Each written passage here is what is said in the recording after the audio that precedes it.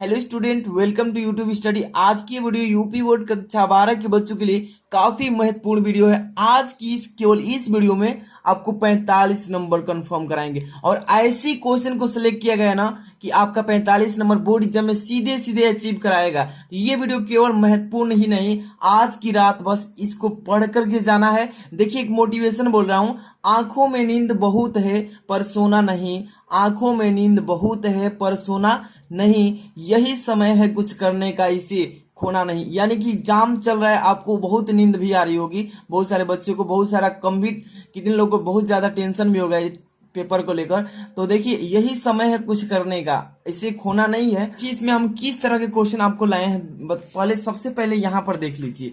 महत्वपूर्ण प्रश्न होंगे। सबसे पहले नंबर तो आपको 10 महत्वपूर्ण प्रश्न बहुविकल्पीय को सिलेक्ट किया गया है, इसको अच्छे से तैयार कर लेना है। यानी कि 5 प्रश्न ऐसा है जो कि गद्य साहित्य से 5 प्रश्न को सिलेक्ट किया गया है और 5 प्रश्न जो है पद्य साहित्य से। यानी कि टोटल 10 क्वेश्चन ऐसे सेट किए गए हैं कि इसमें से देखना, आप पेपर में आपको सीधे सीधे आपको टकराते हुए मिलेंगे। तो इसका आंसर के साथ हम आपको बताएंगे और कुछ भी। देखिए क्या क्या चीजें हम बताने वाले हैं इस वीडियो में। एक प्रश्न बताएंगे गद्यांश का, जिसका सोल्यूशन के साथ काफी मोस्ट इंपोर्टेंट होने वाला है। एक बताएंगे पद्यांश का, जो कि देखिए गद्यांश और पद्यांश दोनों मिलकर के 20 नंबर का, और बहुविकल्पी दोनों मिलकर के गद्य से और पद्य से 10, यानी 30 नंबर इसमें। और पत्र लेखन, एक ऐसा पत्र लेखन बताएंगे कि आपको किसी से भी नहीं पूछना होगा और इतना इजी तरीके से उस पत्र लेखन को सिखाने वाले हैं कि आपको कहीं नहीं पूछना है। बस एक बार इस वीडियो को शुरू से अंत तक देख लेते हैं ना, तो आप इजीली आप हो जाएंगे, फटाक से उसको एग्जाम में लिखेंगे और हर साल आने वाला पेपर बताएंगे। ये 6 नंबर का आएगा। इसके बाद निबंध लेखन, इस वीडियो में एक ऐसा निबंध लेकर आए हैं जो कि 9 नंबर का आएगा। और आपको देखिए 9 6 15, और यानी कि देखिए यहाँ पर 20 है, 15 20 35 और 10 45 नंबर अचीव हो जाएगा। तो वीडियो को तुरंत लाइक करके अंत तक बने रहिए। और इसके बाद हम नेक्स्ट वीडियो लाएंगे इंग्लिश की फुल तैयारी कैसे करें। तो चैनल पर जुड़े रहने के सब्सक्राइब तुरंत कर लीजिए। और यहाँ पे सबसे पहला नंबर, एक चीज आपको दिखा दूं, ये जो महत्वपूर्ण लेखन लाया हूं आपको, देखिए टॉपर क्वेश्चन है, टॉपर क्वेश्चन। आपको देखिए पत्र लिखते समय अपना नाम लिखना है कि नहीं लिखना है। बहुत सारे गलती करते हैं बच्चे, नंबर ही कट जाता है। तो इस वीडियो को पूरा देखिए, A to Z चीजें हम बताने वाले हैं। कक्षा 12 हिंदी बोर्ड पेपर में आने वाले क्वेश्चन हैं 100%। तो आपसे टारगेट है कि 1000 लाइक इस वीडियो पर मतलब पड़ जाता है तो इंग्लिश की प्रिपरेशन बहुत ही तगड़ा कराने वाले हैं। चलिए, सबसे पहले नंबर आपका रेडी क्वेश्चन कर दिए हैं। 10 बहुविकल्पी का स्टार्ट करते हैं फर्स्ट नंबर क्वेश्चन के साथ। और 10 बहुविकल्पी में से आप कितने बहुविकल्पी कर पाते हैं, 10 में से आप जरूर बताइए कि 10 बहुविकल्पी में से कितने गलती किए हैं, ये भी बताइएगा। देखिए पहला क्वेश्चन, हिंदी प्रदीप के संपादक थे, ध्यान से देखिएगा, प्रताप नारायण मिश्र जी की, बालकृष्ण भट्ट जी, राधा चरण गोस्वामी जी, बद्री नारायण चौधरी, प्रेमगढ़। इस चारों ऑप्शंस में से कौन सा ऑप्शन सही है? तो देखिए इसमें जितने भी बच्चे को मालूम है कि बालकृष्ण भट्ट जी होगा इसका करेक्ट आंसर, उन सभी का सही है। ठीक है, नेक्स्ट क्वेश्चन चलेंगे। यानी कि यहाँ पर देखिए क्या लिखे, सेकेंड नंबर, हिंदी का पहला मौलिक उपन्यास। ये क्वेश्चन काफी मोस्ट इंपोर्टेंट सेलेक्ट किया गया है। 10 क्वेश्चन, हिंदी का पहला मौलिक उपन्यास परीक्षा गुरु गोदान है, गुनाहों के देवता है, चित्रलेखा। चारों ऑप्शन में से कौन सा ऑप्शन सही है? जो भी बच्चे कह रहे हैं क होगा परीक्षा गुरु, उन सभी का सही है। 2 क्वेश्चन में से कितने गलती किए आप, ये जरूर बताइएगा। 10 पहले अटेम्प्ट कर लीजिए। हंस नामक पत्रिका के संपादक थे, हंस नामक जो पत्रिका थी उसको किसने संपादित किया है? महावीर प्रसाद द्विवेदी, भारतेंदु हरिश्चंद्र, बालकृष्ण भट्ट जी, मुंशी प्रेमचंद्र। यानी कौन सा सही है? तो मुंशी प्रेमचंद्र। जो बच्चे को याद है और टारगेट किए हैं कि मेरा 95 प्लस अचीव करना है बोर्ड एग्जाम में, तो अंत तक इस वीडियो को बस देख लीजिए। 100% आपको स्कोर करने में मदद करेगी ये वीडियो, है ना। 4 नंबर क्वेश्चन, पागल पथी किस विधा की रचना है? कहानी का, नाटक का, गद्य गीत का, संस्मरण का। यानी 4 नंबर जो क्वेश्चन का आंसर होगा, यानी कि गद्य गीत, गद्य का जो गीत है उस पागल पथिक में रचा गया एक विधा है। चलिए इसके बाद 5 नंबर क्वेश्चन, वसुधा नामक पत्रिका का संपादक, प्रकाशन वर्ष कन्हैया लाल मिश्र के द्वारा, हरिशंकर परसाई, हजारी प्रसाद द्विवेदी, जैनेन्द्र कुमार। तो चलिए इसका करेक्ट आंसर, जो भी बच्चे को मालूम है कि हरिशंकर परसाई जी होगा, उन सबों का सही। यानी 5 क्वेश्चन केवल आपको गद्य साहित्य से बता दिया हूं। पांचों में से आप कितने गलती किए हैं आप अपने मन में अभी रखिए, आप कितने सही किए हैं ये भी रखिए। चलिए यहाँ पर आपका पद्य साहित्य से क्वेश्चन स्टार्ट करते हैं 6 नंबर से। देखिए, हरी घास पर क्षण भर कृति नाम में से किसकी है? चलिए, भवानी प्रसाद, बालकृष्ण शर्मा, नवीन जी की, अगेज जी की, यहाँ पे नागार्जुन की। तो जो भी बच्चे याद किए हैं कि अगेज जी की है ये, यानी हरी घास पर क्षण भर कृति, उन सबों का करेक्ट हो गया। नेक्स्ट क्वेश्चन यहाँ पे आ चुका है 7 नंबर। इनमें से किस समय सीमा को द्विवेदी युग के नाम से भी जाना जाता है? 1868 से 1900 तक, 1919 से 1938 तक, 1900 से लेकर 1922 तक, 1938 से 1943 तक। तो जो भी बच्चे कह रहे हैं कि ग नंबर सही है, उन सभी का सही हो गया करेक्ट। आप अच्छा स्कोर करेंगे, टारगेट बहुत अच्छी तैयारी चल रही है आप सबों की। यहाँ पे 8वां नंबर क्वेश्चन, तीसरा सप्तक प्रकाशन वर्ष है। देखिए, तीसरा जो सप्तक है इसका प्रकाशन वर्ष किस सन में हुआ था? तो आप लोग एक अच्छे से तैयार कर लीजिए, 1959। क्या है क नंबर? जो भी बच्चे कह रहे हैं कि हाँ यही है, सभी का करेक्ट हो गया। आगे की बात करते हैं, यहाँ पे 9वां नंबर क्वेश्चन, प्रेमाश्रयी सखा यानी प्रेमाश्रयी सूफी काव्यधारा का संबंध किससे था?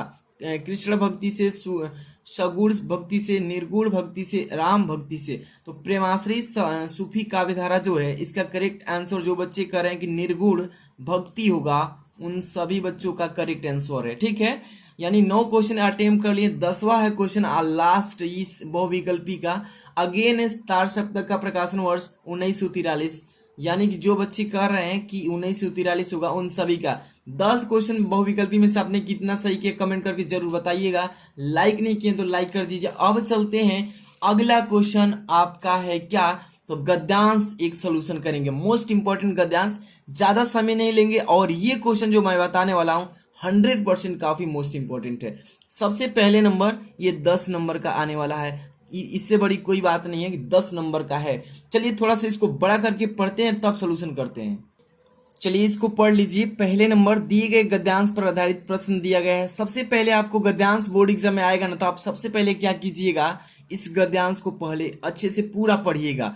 एक बार अच्छे से पूरा पढ़ लीजिएगा, तब आपको समझ में आएगा किस पार्ट से आया है। ठीक है, चलिए ट्रिक बताते हैं आपको। पहले क्या करना है, भूमि का निर्माण देवों ने किया है, वह अनंत काल से उसके भौतिक रूप, सौंदर्य और समृद्धि के प्रति सचेत होना हमारा आवश्यक कर्तव्य है। भूमि के पार्थिव स्वरूप के प्रति हम जितने अधिक जागरूक होंगे, उतनी ही हमारी राष्ट्रीय बलवती हो सकेगी। यह पृथ्वी सच्चे अर्थों में समस्त राष्ट्रीय विचारधाराओं की जननी है। जो राष्ट्रीय पृथ्वी के साथ नहीं जुड़ी वह निर्मूल होती। राष्ट्रीय की जड़ें पृथ्वी में जितनी गहरी होगी, उतनी ही राष्ट्रीय भावों का अंकुर पल्लवित होगा। इसलिए पृथ्वी के भौतिक स्वरूप की आदोपात जानकारी प्राप्त करना, उसकी सुंदरता, उपयोगिता और महिमा को पहचानना आवश्यक धर्म है। जैसे ही अपने इस गद्यांश को पढ़ लिया ना, पढ़ लिया कि नहीं पढ़ लिया, इसमें 5 क्वेश्चन भी दिए गए हैं। तो आपको सबसे पहले देखिए कैसे मालूम चलेगा किस पार्ट से। ट्रिक बच्चे पूछ रहे थे, तो भूमि का निर्माण देवी देवताओं ने किया, अनंत काल से है। तो आपको मालूम चल रहा है कि राष्ट्र का स्वरूप राष्ट्र से हमारा जुड़ा है।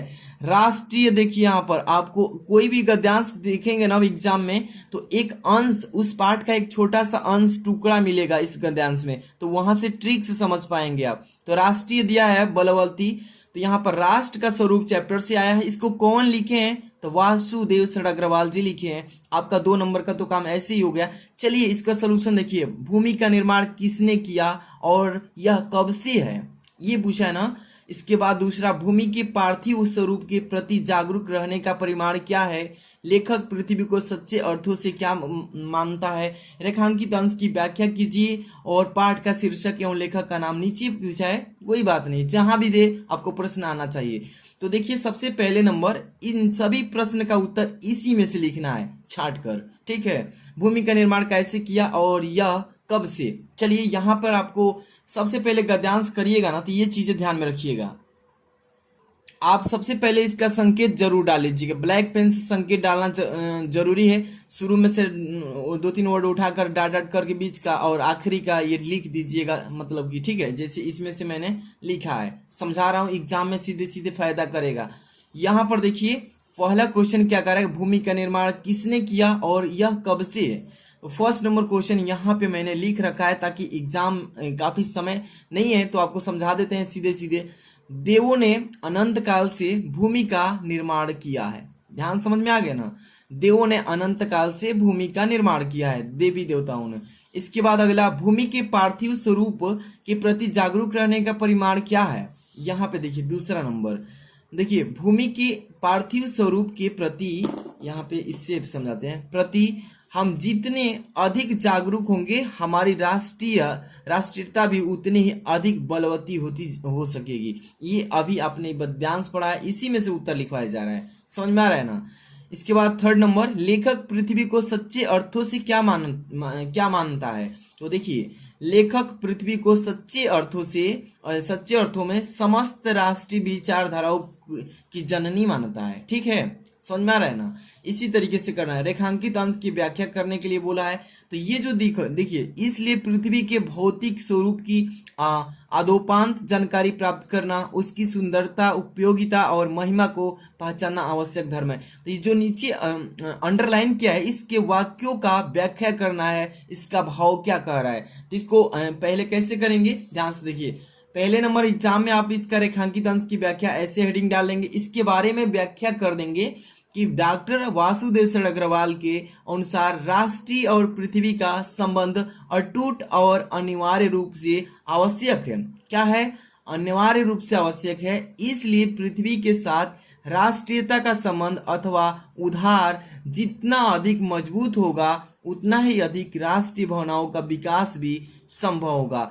तो इसका अर्थ इसी में से लिखवाया जा रहा है, जो अंडरलाइन किया उसी का अर्थ बताया जा रहा है। ठीक है, इस दृष्टि से प्रत्येक व्यक्ति का यह परम आवश्यक कर्तव्य एवं धर्म है कि देखिए पृथ्वी के भौतिक स्वरूप से पूरी तरह से परिचित रहें, यानी कि उससे बने रहें, उसके साथ जीवित रहना है, तो परिचित रहें। साथ ही उसके सौंदर्य और उपयोगिता एवं महत्व की भी अधिकाधिक जानकारी रखें। ये हो जाएगा इसका मतलब कि रेखांकित अंश की व्याख्या। समझ में आ रहा है ना। ऐसे ही बोर्ड एग्जाम में करना। इसके बाद अगला क्वेश्चन क्या पूछा है कि पाठ का शीर्षक एवं लेखक का नाम 2 नंबर का ये हो जाएगा, मतलब 2-2 नंबर के क्वेश्चन 10 नंबर का है। पाठ का शीर्षक, लेखक का नाम। चलिए, पाठ का शीर्षक का मतलब राष्ट्र का स्वरूप। यहाँ पर देखिए लिखा है ना क्वेश्चन नंबर लास्ट का, पाठ का शीर्षक राष्ट्र का स्वरूप। कौन इसको लिखे हैं, तो आपके डॉक्टर वासुदेव शरण अग्रवाल जी लिखे हैं। डॉक्टर वासुदेव शरण अग्रवाल, ये हो जाएगा इसका करेक्ट आंसर। तो मैंने ये जो गद्यांश बताया है काफी मोस्ट इंपॉर्टेंट है। ठीक है, इसके बाद एक पद्यांश बताता हूं, इसको भी तैयार कर लीजिए, काफी बेस्ट है। आज ही बस टाइम बचा है इसको तैयार करने का, तो इसको मौका को चूकने मत दीजिए, इसको तैयार कर लीजिए। ये देखिए पद्यांश जो मैं बताने चाह रहा हूँ, ये काफी मोस्ट इंपॉर्टेंट है। पहले नंबर इस पद्यांश को पढ़ना है। ठीक है, मैंने बताया ना कि गद्यांश कीजिए, पद्यांश कीजिए, पहले उसको अच्छे से पूरा पढ़िए, फिर इसको सलूशन कीजिए। क्या लिखा है, कारा की संस्कृति विगत भीति बहुधर्म जाति गति रूप नाम, बंदी जग जीवन भूमि विभक्त, विज्ञान मूड जन प्रकृति कम, आए तुम मुक्त पुरुष कहने मिथ्या जड़ बंधन सत्य राम, नृत्यं जयति सत्यम माँ भवः। अब इसके बाद है कि जय ज्ञान ज्योति तुमको प्रणाम। जैसे इस पद्यांश को आपने पढ़ा है तो आपको तो याद नहीं आ रहा होगा, जो बच्चे पढ़े होंगे ना इसको तुरंत ही बताएंगे कि किस चैप्टर से है। तो आपका जो चैप्टर है बापू के प्रति उस चैप्टर से पद्यांश को डाला गया है। और ये क्वेश्चन जो मैं बता रहा हूँ यानी पद्यांश वाला, वेरी मोस्ट इंपॉर्टेंट, इसको थोड़ा सा भी छोड़कर मत जाइएगा, पढ़कर जाइएगा। बापू के प्रति चैप्टर को कौन लिखे हैं, तो सुमित्रा नंदन पंत जी लिखी है। इसी में से क्वेश्चन पूछा भी है कि विगत संस्कृति की कौन कौन सी दीवारें थी, जड़ बंधन मिथ्या और राम सत्य, और यह उद्घोष करने का कौन आया। तो इसको अभी चलिए इसका सलूशन हम बताते हैं, देरी नहीं करेंगे, पहले इसको सलूशन करेंगे, फिर आगे की क्वेश्चन अभी करना है। सबसे पहले इसका पहला क्वेश्चन, विगत संस्कृति की कौन कौन सी दीवारें थी। चलिए पहला नंबर लिख लेंगे कि हमारे बीच में विगत संस्कृति की, धर्म जाति, ऊंच नीच, गोरे काले आदि की अनेक दीवारें थी। कहने का मतलब कवि का कि हमारे बीच में विगत संस्कृति की, धर्म से, जाति मतलब धर्म जाति से, ऊंच नीच के बारे में, गोरे काले के बारे में आदि की अनेक दीवारें बनी हुई थी। ठीक है ना, इसका आंसर ये हो जाएगा। इसके बाद अगला क्वेश्चन इसमें है कि जड़ बंधन मिथ्या है और राम सत्य है, यह उद्घोष करने कौन आया है, कौन बताया है? इसका आंसर यहाँ पे देखिए कि जड़ बंधन मिथ्या है। जड़ बंधन क्या है? तो मिथ्या है और राम सत्य है, और यह उद्घोष करने राष्ट्रपिता महात्मा गांधी आए हैं, मतलब आए थे। तो हो जाएगा कि नहीं हो जाएगा? इसी तरीके से तो करना है। इसके बाद अगले क्वेश्चन की तरफ हम आगे बढ़ेंगे। क्या लिखा है इसमें? ग नंबर की, नानृत्यम जयति सत्य का अर्थ बताइए। ये जो लिखा है सिंगल इन्वर्टेड कॉमा में, क्या लिखा है? थोड़ा सा तो बड़ा कर देता हूं ताकि आपको दिखे कि नानृत्यम जयति सत्य का अर्थ क्या होगा। चलिए यहाँ पर देखिए कि ग नंबर की, नातृत्यम जयति सत्य का अर्थ यह है कि असत्य की नहीं वरन सदैव सत्य की ही जीत होती है। इसका भाव ये कह रहा है, उस समझ में आ रहा है ना? इसी तरीके से लिखना है कि नानित्यम जयति सत्य का अर्थ यह है कि असत्य की नहीं वरंतु मतलब कि परंतु सदैव सत्य की ही जीत होती है, सही का ही जीत होता है। अगला क्वेश्चन, रेखांकित अंश की व्याख्या करना है इसमें। तो रेखांकित अंश ऊपर से लिखा है, ध्यान समझिए। कारा की संस्कृति विगत भीति धर्म बहुधर्म जाति गीति रूप नाम बंदी जग जीवन भू विभक्त विज्ञान मूढ़ जन प्रकृति कम आए तुम मुक्त पुरुष कहने। इतने मतलब जो लिखा है ना, इसका अब यहाँ पे हम लोग इसका अंडरलाइन का वाक्य का रेखांकित अंश की व्याख्या कर लेते हैं। चलिए इसका जो लिखा है पहले हेडिंग, रेखांकित अंश की व्याख्या कैसे करना है। एग्जाम में आपको अच्छे से हेडिंग लगाकर टू द पॉइंट लिखना है। कहने का मतलब जितना अच्छा है उतना ही लिखिए। कवि सुमित्रा नंदन पंत कहते हैं कि हमारी संस्कृति विगत समय से यानी समय में दीर्घ काल तक बिंदनी थी। क्या थी? बंदनी थी। यह अंग्रेजों का शासन था, उस समय अंग्रेज का शासन चल रहा था, तो अंग्रेजों का शासन था और हम उनके अधीन थे। उनके अधीन मतलब उनके कहने पर ही चलते थे। समस्त भारतीय समाज में धर्म जाति ऊंच नीच आदि की दीवारें थी उस समय, जिनके कारण मतलब उसका भाव कर रहा है, जिनके कारण लोग आपस में बांटे हुए थे, मतलब बंटे हुए थे। विज्ञान की प्रकृति के कारण विवेकहीन लोग मतलब जिसके पास ज्ञान नहीं है, विवेकहीन लोग प्रकृति को अपनी इच्छा के अनुसार संचालित करने के प्रयत्नों में लगा हुआ था। यानी कि जो भगवान ने बनाया स्वयं उसको बिगाड़ कर अपने रूप में बदलना चाहते थे।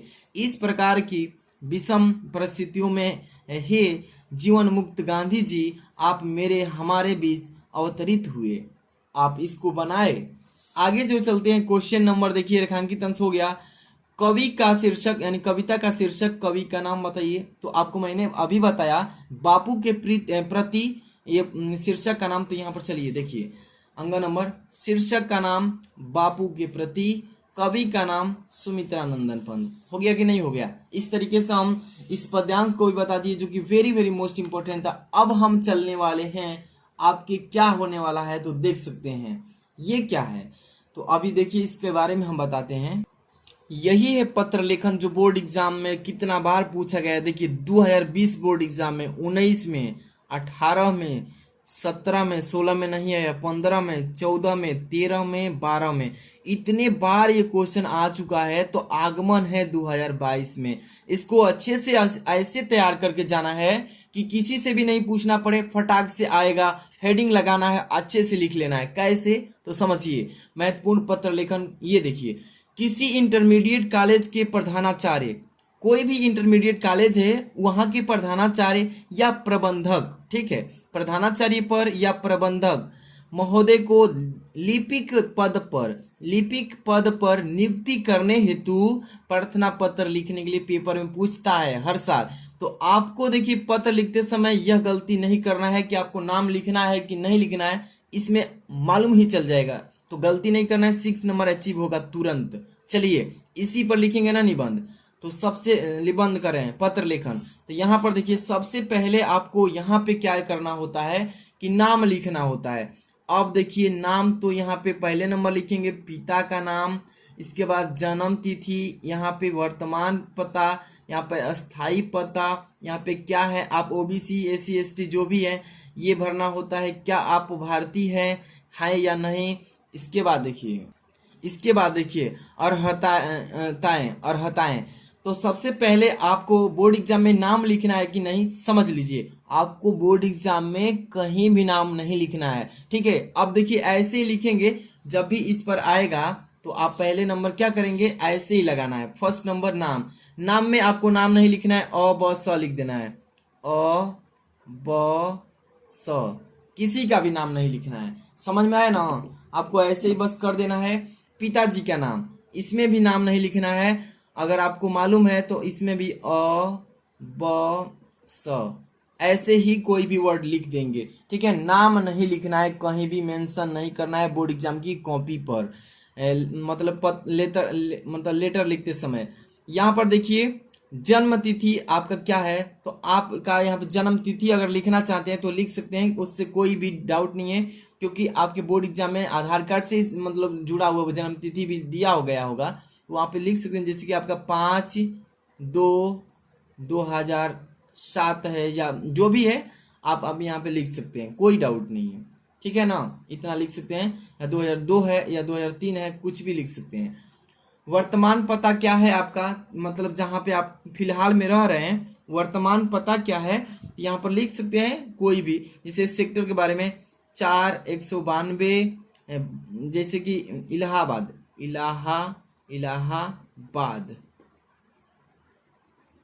ठीक है, इलाहाबाद लिख देंगे, ऐसे लिख देंगे। जरूरी नहीं कि इससे मोए लिखेंगे, कुछ भी यहाँ पे पता लिख सकते हैं। हाँ, लेकिन जब रियल में ये लेटर देना होगा तब, लेकिन बोर्ड एग्जाम में ये चीजें जो समझा रहा हूँ वैसे ही लिखना है। अस्थाई पता, कहाँ के रहने वाले हैं तो वहीं के हैं, आप वहीं के रहने वाले हैं और वहीं पर हैं वर्तमान में, तो ये ऐसे ही उसको भी उतार देंगे, इलाहाबाद, ठीक है ना, इस तरीके से उतार देंगे इलाहाबाद। यहाँ पर हाथ छूट गया है, इलाहाबाद लिख लेंगे, ओके। इसको काटना नहीं है, बोर्ड एग्जाम में आपको एक ही बार करना है, उसको काटना नहीं, एक बार ऐसे चलाकर छोड़ देना है, ठीक है ना,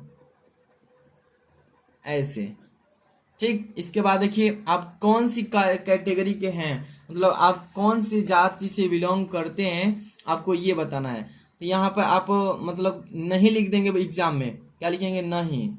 आपको यहाँ पे अपना नाम मेंशन नहीं करना, किस कैटेगरी से, ओबीसी से हैं कि किस कैटेगरी से, यही तो गलती नहीं करना है, आपको नहीं केवल लिखकर छोड़ देना है। आप क्या आप भारतीय हैं, एकदम आप भारतीय हैं तो यहाँ पर लिख सकते हैं, हाँ भारतीय हैं, हाँ यहाँ पे लिख देंगे, हो गया। अर्हताएं आपकी क्या है, अर्हताएं आपको छोड़ देना, अर्हताएं में कुछ नहीं लिखिएगा, इतना तो आपको समझ में आ रहा है। इसके बाद आप देखिए यहाँ पे आप परीक्षा लिखेंगे, श्रेणी लिखेंगे, वर्ष लिखेंगे, बोर्ड लिखेंगे या विश्वविद्यालय लिखेंगे, यहाँ पे अब्लिक देकर यहाँ पे विषय लिखेंगे। अब देखिए इतना तो आपको याद करके जाना ही पड़ेगा। परीक्षा में हाई स्कूल, इसके बाद इंटरमीडिएट, इसके बाद मतलब टंकड़ डिप्लोमा, यानी कि टंकड़ डिप्लोमा, ITI वगैरह या पॉलिटेक्निक वगैरह, ठीक।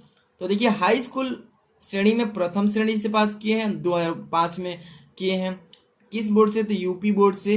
किस सब्जेक्ट से, तो हिंदी, गणित, विज्ञान, सामाजिक विज्ञान, अंग्रेजी, संस्कृत, ठीक है ना। इस विषय को आप लिख देंगे इस तरीके से। आप इंटर कब किए हैं, परीक्षा इंटर के भी दिए हैं, तो आपको ऐसे ही आपको बोर्ड एग्जाम में लिखना पड़ेगा, ठीक है। अपने विषय में थोड़े ना आप लिख रहे हैं, आप दूसरे के विषय में लिख रहे हैं, तो आपको ऐसे ही लिखना पड़ेगा, यही फॉर्मेट अपनाना पड़ेगा। इंटर द्वितीय श्रेणी से पास हुए हैं, 2007 में पेपर दिए हैं यूपी बोर्ड से ही, तो यूपी बोर्ड ऊपर लिखे हैं तो डैश डैश दे देंगे, ठीक। किस सब्जेक्ट से, हिंदी, अंग्रेजी, इतिहास, अर्थशास्त्र, नागरिक शास्त्र, ठीक है ना, इस तरीके से। या यहाँ पे गणित भी लिख सकते हैं, जो भी आपको लिखना है सब्जेक्ट से, तो कोई दिक्कत नहीं है। टंका डिप्लोमा एक होता है, ये प्रथम श्रेणी से पास हुए हैं 2019 में। जैसे कि यहाँ पे बोर्ड क्या है, ITI न्यू दिल्ली, यहाँ पे सब्जेक्ट क्या है, हिंदी, टंक 40 शब्द प्रति मिनट, ये हो जाएगा। इतना तो याद करना ही पड़ेगा आपको। इसके बाद आपका है 9 नंबर में डालना है, जैसे कि 8 नंबर तक अर्हताएं हो गया ना। इसके बाद 9 नंबर में शुल्क विवरण। शुल्क विवरण में देखिए पोस्टल आर्डर संलग्न संख्या, ये तो आपको डालना ही पड़ेगा। पोस्टल आर्डर संलग्न संख्या 05921, ये वाला संख्या ना जरूरी नहीं कि यही डालेंगे, आप अलग भी डाल सकते हैं, ठीक है ना, आप अलग भी डाल सकते हैं। और यहाँ पे दिनांक की रही बात, तो जिस तारीख को एग्जाम है उस तारीख का एग्जाम का डेट यहाँ पर डाल देते हैं हिंदी का, तो कोई दिक्कत नहीं है, ठीक है ना। आप देखिए, अब ये चीजें यहाँ पर लास्ट में मेंशन करना है कि मैं घोषणा करती हूँ कि आवेदित आवेदित मतलब जो आवेदित कर रहा है उसकी आवेदित पत्र के लिए सभी निर्धारित अर्हताएं मुझमें मैंने जो सूचनाएं इस पत्र में दी है वे सही हैं। यदि इसमें से कोई भी जानकारी गलती पाई जाए तो मेरी उम्मीदवार यानी निरस्त कर दी जाए, ये लिखना है, ठीक है ना। इसके बाद आपको क्या करना है, 10वां नंबर की संलग्नों की संख्या कितना है, तो 3 है। संलग्न क्या होते हैं, तो डॉक्यूमेंट, यही हाई स्कूल, इंटर और डिप्लोमा, यही 3 दिए हैं ना, तो यही संलग्न कहलाता है। और संलग्नक में 3 दिए हैं तो 3 लिख लेंगे। दिनांक एग्जाम के तारीख का लिख सकते हैं आप, एग्जाम में क्यों लिखेंगे तो ये पत्र, ठीक है, नहीं तो आप रियल में देंगे तो उस दिन का डाला जाता है। इसके बाद भवदीय, भवदीय मतलब मैं आपका भवदीय हूँ जो भेज रहा है, तो यहाँ पर अ ब स द लिख देना, अ ब स ऐसे जोड़ देना है। हस्ताक्षर भी आपका अपना नहीं करना है, यहाँ पे अपना अ ब स ऐसे कमा लगा कर लिख देंगे, ठीक है ना। इसी तरीके से आपको बोर्ड एग्जाम में पत्र लिखना है, और मैंने ऐसा पत्र ये बताया है जो बोर्ड एग्जाम में 100% देखने को मिलेगा, ठीक है ना। तैयार कर लीजिएगा अच्छे से, इसको एक बार 2 बार वीडियो को देखिएगा, पत्र को अच्छे से तैयार कर लेना। इसके बाद हम चलते हैं अगला क्वेश्चन पे। अगला क्वेश्चन आपका क्या हो गया, देखिए ये क्वेश्चन किस टाइप का है, तो निबंध लेखन। ये निबंध लेखन 100% जो आपको देखने को मिलेंगे ऑप्शंस में, इसको तैयार कर लेना है। किस चीज पर है, तो लॉकडाउन पर, लॉकडाउन समस्या एवं समाधान, इसी पर आएगा। एक आएगा कोरोना वायरस पर, एक जनसंख्या मतलब बढ़ती हुई जनसंख्या पर, प्रदूषण की समस्या पर, मतलब 5 महत्वपूर्ण गद्यांश निबंध है जो कि बोर्ड एग्जाम में पूछे जा रहा है। तो इस पर भी मैं वीडियो नहीं बनाया था, इसको अच्छे से तैयार करा देता हूँ, देख लीजिए। समस्या या समाधान काफी मोस्ट इंपॉर्टेंट है। देखिए पहले किसी भी निबंध का आप प्रस्तावना पहले लिखेंगे, ठीक है ना। तो प्रस्तावना में क्या लिखा जाता है, उसके बारे में लिखा जाता है कि लॉकडाउन यह मानव जाति के इतिहास में यह पहली बार है। जो लॉकडाउन लगा है मानव के इतिहास भर में पहले कभी नहीं हुआ था ऐसा, जो इतिहास में यह पहली बार हुआ है, इतना लिख लेंगे ना। जहां पूरे देश में धारा 144 के तहत सबको घर में रहने की सलाह दी गई थी। जब लॉकडाउन लगा था तो 144 धारा भी लगा था कि आप घर में रहिए, नहीं तो बाहर निकलेंगे तो आप पे धारा लगेगा, जेल हो सकती है। यह इसलिए दिया गया क्योंकि एक ऐसे जानलेवा बीमारी यानी बीमारी जो है कोरोना वायरस ने हमला बोल दिया कि पूरी दुनिया में लाखों लोग की जान चली गई, और अब भी संक्रमण का खतरा बढ़ रहा है। कोरोना वायरस से बचने का सिर्फ एक ही उपाय है कि सामाजिक दूरी, सामाजिक दूरी माने लोगों के सोशल डिस्टेंसिंग है, उसी को बोलते हैं सामाजिक दूरी। भारत के सभी राज्यों के लोग घर पर रहकर सरकार के निर्देशों का पालन कर रहे हैं। ये हो जाएगा प्रस्तावना, इतना प्रस्तावना इसका हो जाएगा ना, तो आप प्रस्तावना इसका लिख लीजिएगा, अच्छे से प्रस्तावना कंप्लीट कीजिए। इसके बाद अब चलते हैं लॉकडाउन के लाभ। अगली हेडिंग क्या है, लॉकडाउन लगाने से क्या होगा लाभ, इसको लिखना है। देखिए रोजमर्रा यानी कि रोजमर्रा मतलब डेली डेली लोग भूख से मर रहे हैं, उसको बोलेंगे कि रोजमर्रा की जिंदगी में कार्यालय के कार्यों में इतने व्यस्त हो जाते हैं कि हमें अपने परिवार के साथ वक्त बिताने का मौका नहीं मिल पाता है, यानी नहीं मिलता है। पहले 21 दिनों की लॉकडाउन में हमें वे बेहतरीन पल मिले जिसमें अपने प्रियजनों के साथ वक्त व्यतीत किया। प्रियजन का मतलब अपने घर परिवार के लोगों के साथ समय व्यतीत किया जब लॉकडाउन लगा था। जहां कुछ लोगों ने YouTube से वीडियो देखकर भोजन बनाना सीखा, कुछ लोगों ने घर पर परिवार संग मतलब कि अंत्याक्षरी खेला, अंताक्षरी जो होता है वो जिन्होंने अपने, इसके बाद देखिए, जिन्होंने अपने बच्चों के साथ साथ वक्त बिताने का अवसर नहीं मिला था, लॉकडाउन के कारण यह अवसर प्राप्त हो चुका है। तो इतना लिखते हुए चलेंगे इसमें, ठीक है। अब देखिए, विद्यालय में छुट्टियां होने के कारण घर बैठकर शिक्षकों ने ऑनलाइन क्लासेस का सहारा लिया ताकि विद्यार्थियों की शिक्षा में कोई भी रुकावट नहीं आए। जैसे कि हम लोग भी अभी यही काम कर रहे हैं। अभी देखिए, लॉकडाउन के कारण कोरोना वायरस के मरीज में गिरावट आई और संक्रमण फैलने का खतरा भी कम हो गया, ठीक है। तो इतना लिख लेंगे किस टॉपिक पे, यानी लॉकडाउन लगाने के लाभ पर। लॉकडाउन लगाने का लाभ यही है। अब देखिए, एक चीज और, आप उपसंहार जरूर लिखिएगा किसी भी टॉपिक पे लिख रहे हैं तो, नहीं तो नंबर काट देता है आधा एग्जामिनर। लॉकडाउन से हानि अब क्या है, लॉकडाउन लगाने से क्या हानि है, तो देखिए ध्यान से, बड़े बड़े कार्यालय, कल कारखानों को बंद करने के कारण मजदूर पर आफत आ गई है। मतलब जब कल कारखाना ही नहीं चलेगा, पैसा ही नहीं मिलेगा तो भोजन करना मुश्किल है। तो वही चीज यहाँ पे है कि इस लॉकडाउन से हानि है। जो मजदूर दैनिक मजदूरी करते हैं, यानी कि रोज रोज मजदूरी करते हैं और अपना भोजन चलाते हैं, जीवन यापन करते हैं, उनके घरों का यानी कि गुल्लड़ तक चलना बंद हो गया है। भोजन वही है, बंद हो गया है। बस्ती लोग भूखे सो रहे हैं, यानी बस्ती के लोग जितने भी हैं सभी भूखे सो रहे हैं। अब देखिए, यहाँ पे गरीब घरों पर लॉकडाउन का बहुत बड़ा असर पड़ा है। जो भी गरीब लोग हैं उनके घर पर बहुत ही बड़ी समस्या असर पड़ा है। उनके पास घर लौटने तक पैसे नहीं हैं। देश में ऐसी परिस्थिति को देखते हुए भारत के प्रधानमंत्री राहत कोष से जरूरतमंद लोगों की सहायता करने का निर्णय लिया है। तो इतना आप लिख देंगे कि लॉकडाउन से हमें इतनी हानियां है, लिख लेंगे ना, इजली है। अब उपसंहार लिखना बहुत ही जरूरी है, तो ध्यान से देखिए। उपसंहार में क्या लिखते हैं कि भारत में प्रधानमंत्री श्री नरेंद्र मोदी ने कोरोना वायरस के प्रकोप को नियंत्रण करने के लिए 14 अप्रैल तक पूरी तरह से लॉकडाउन की घोषणा कर दी थी, ठीक है, उपसंहार में। लेकिन संक्रमण को बढ़ते देखकर 4 चरणों में 31 मई तक बढ़ा दी गई थी। मतलब 4 चरण, यानी कि पहला, दूसरा, तीसरा ऐसे चल रहा था लॉकडाउन, वही 4 चरण बोल रहा है इसमें। उसके निर्देशों का पालन करना हमारा कर्तव्य है। तो ये उपसंहार हो जाएगा। जितने भी क्वेश्चंस मैंने बताया है, आप इन सबको अगर अच्छे से तैयार करते हैं तो 45 नंबर की बात है भाई। 45 नंबर कोई भी नहीं रोकेगा, 100% बोलता हूँ। अच्छे से इसको तैयार करके ही आपको जाना है, ठीक है ना। ये वाला जो मैं बताया हूँ इसको भी अच्छे से पत्र लेखन को तैयार कर लेना है।